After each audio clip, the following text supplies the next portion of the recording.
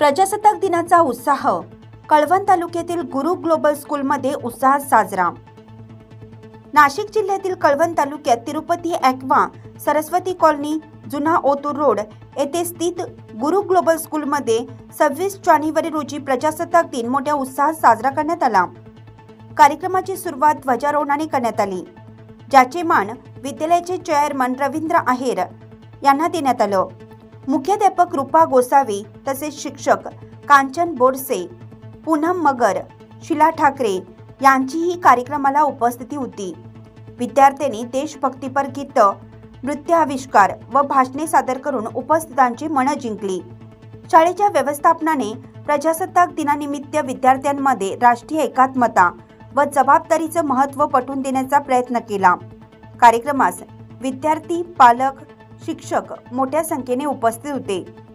गुरु global स्कूलच्या या साजऱ्यामुळे परिसरात देशभक्तीचा संदेश पोहोचला आणि हा दिवस स्मरणीय ठरला। नाशिक लक्ष न्यूज ब्युरो रिपोर्ट, नाशिक।